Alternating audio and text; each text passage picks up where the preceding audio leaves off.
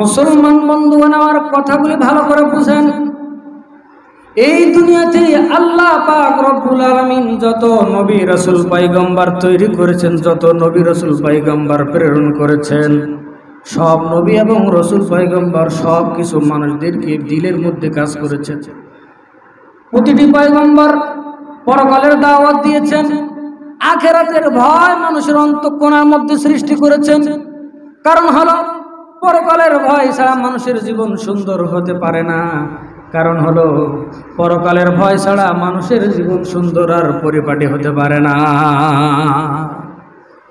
হযরত আদম আলাইহিস সালাতু ওয়াস সালাম থেকে নিয়ে শুরু করে হযরত নূহ আলাইহিস সালাতু ওয়াস সালাম পর্যন্ত, হযরত নূহ আলাইহিস সালাতু ওয়াস সালাম থেকে নিয়ে হযরত ঈসা আলাইহিস সালাতু ওয়াস সালাম পর্যন্ত যত নবী রাসূল আল্লাহ পাক প্রেরণ করেছেন, সব নবী সব রাসূল সবাই সর্বপ্রথম মানুষদেরকে পরকালের কথা বলেছে।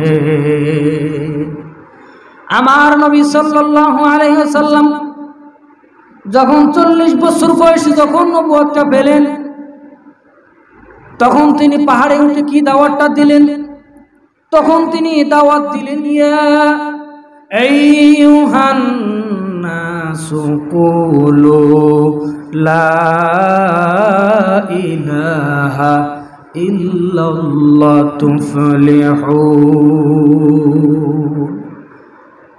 আল্লাহর নবী সাল্লাল্লাহু আলাইহি সাল্লাম পাহাড়ে উঠলেন।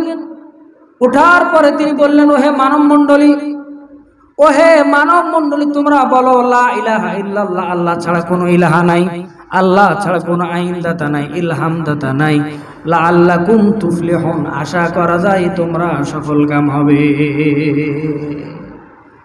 প্রিয় উপস্থিতি, ভালো করে বোঝেন।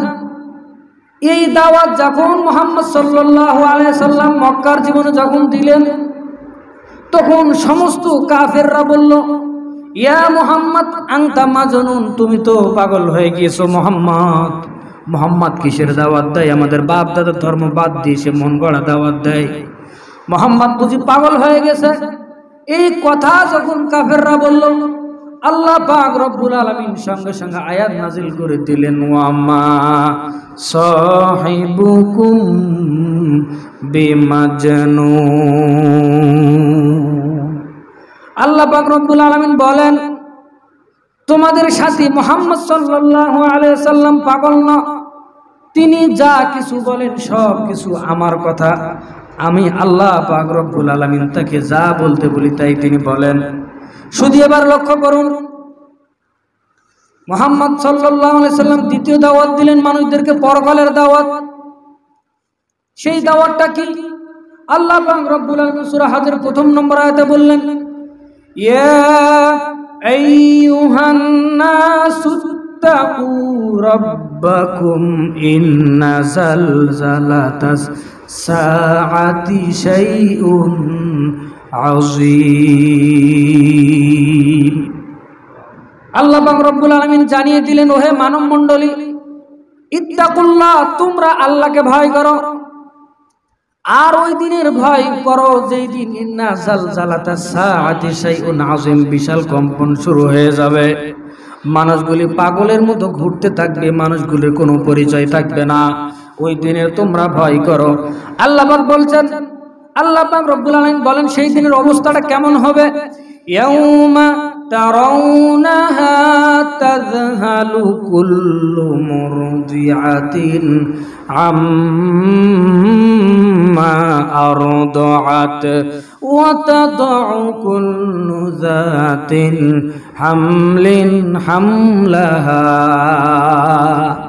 আল্লাহ পাক রব্বুল আলামিন বলেন, ওই দিনের ভয় করো যেই দিন যেই মা তার বাচ্চাকে দুধ পান করায়, দুধ দানকারী মা তার সন্তানের কথা ভুলে যাবে। যেই মায়ের পেটে বাচ্চা আছে, বাচ্চাটা সঙ্গে সঙ্গে খসে পড়বে, আর মানুষগুলি শুধু আল্লাহর ভয়ে দৌড়াতে থাকবে।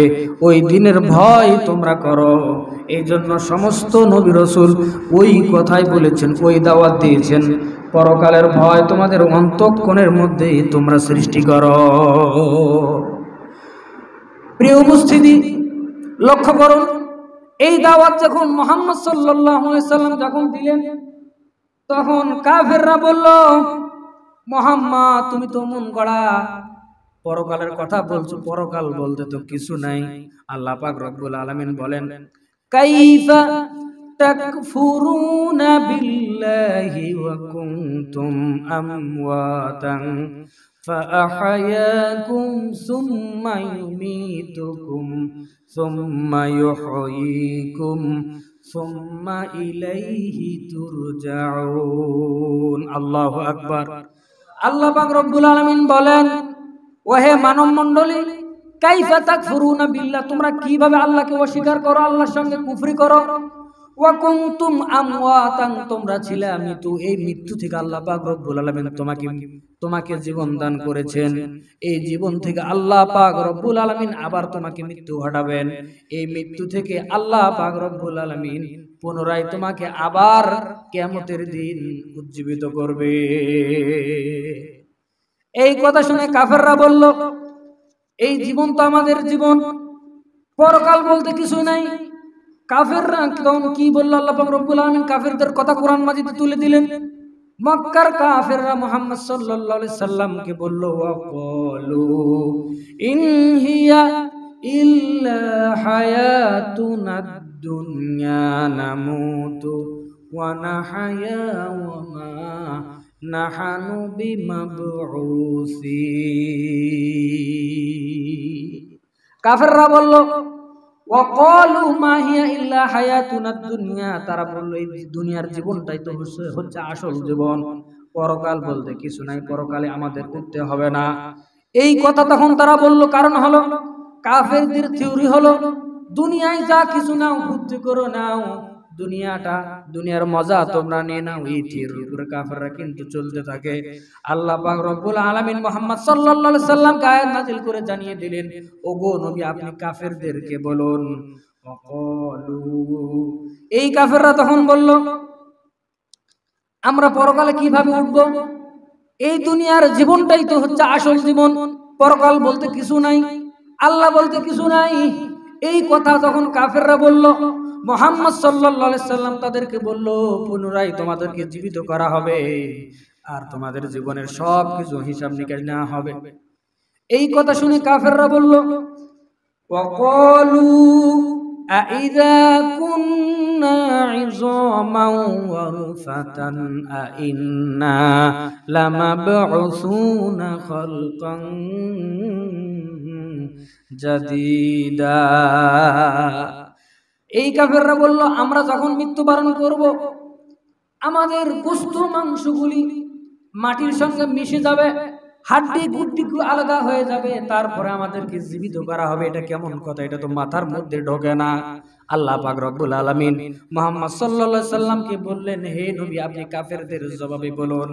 আল্লাহ পাক রব্বুল আলামিন বলছেন, কুল কুনু হিজারাতান আও হাদিদা। আল্লাহ পাক রব্বুল আলামিন বলেন, হে নবী আপনি কাফেরদের জবাবে বলে দিন, তোমরা যদি পাথরও হয়ে যাও, মরার পরে তোমরা যদি পাথরও হয়ে যাও, অথবা তোমরা যদি লোহাও হয়ে যাও, তবু আল্লাহ পাক রব্বুল আলামিন তোমাদেরকে সেই কবর থেকে তোমাদেরকে পুনরায় জীবিত করবেন। জোরে বলেন সুবহানাল্লাহ।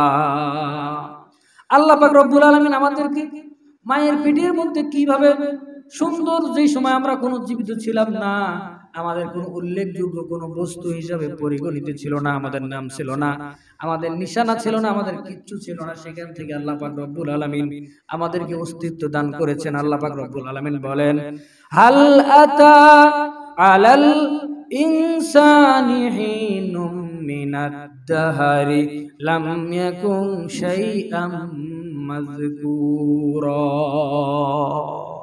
আল্লাহ পাক রব্বুল আলামিন বলেন, মানুষের জীবনে এমন কিছু সময় এসেছিল না, সে উল্লেখযোগ্য কোনো বস্তু হিসাবে পরিগণিত ছিল না, মানুষের নাম ছিল না, তার কোনো অস্তিত্ব ছিল না। সেখান থেকে আমি আল্লাহ পাক রব্বুল আলামিন তাকে অস্তিত্ব দান করেছি। কি জন্য? আল্লাহ পাক রব্বুল আলামিন বলছেন, কি জন্য তোমাকে সৃষ্টি করেছি বান্দা, শোনো।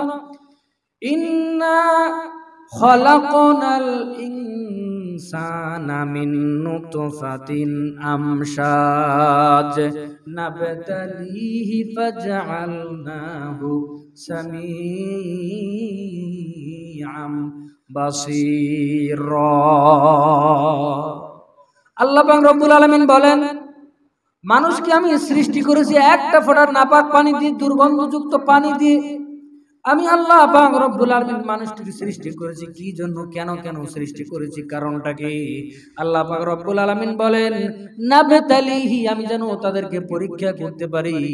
এই পরীক্ষা করার জন্যই আমি আল্লাহ পাক রব্বুল আলামিন মানুষদেরকে সৃষ্টি করেছি। জোরে বলেন সুবহানাল্লাহ।